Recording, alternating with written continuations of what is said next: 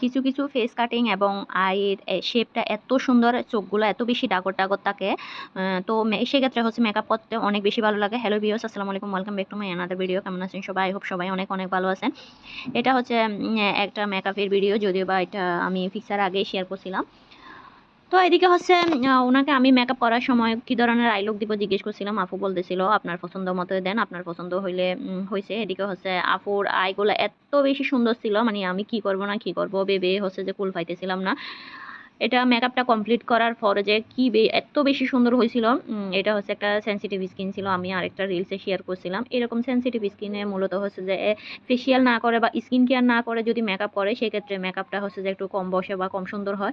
যাদের যাদের এরকম সেনসিটিভ স্কিন বা স্কিনে অনেক বেশি প্রবলেম আছে, তারা মেকআপ নেওয়ার সময় অবশ্যই অবশ্যই ফেসিয়াল করে তারপরে হচ্ছে যে মেকআপটা নেবেন। সেনসিটিভ স্কিনে যদি ফেসিয়াল না করে মেকআপটা নেন, তাহলে সেই ক্ষেত্রে হচ্ছে মেকআপটা বসবে না বা মেকআপটা এত বেশি ফিনিশিং হবে না বা সুন্দর হবে না, গ্লো আসবে না আর কি। যাই হোক, স্মুথ একটা যদি আপনারা মেকআপ নিতে চান বা একটা যদি পারফেক্ট মেকআপ নিতে চান, সেক্ষেত্রে হচ্ছে স্কিন কেয়ার অবশ্যই অবশ্যই করবেন।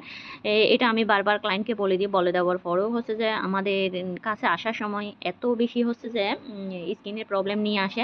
তো ওই দিন তো আর আমাদের হচ্ছে যে ফেসিয়াল করার আর টাইম থাকে না, যাই করার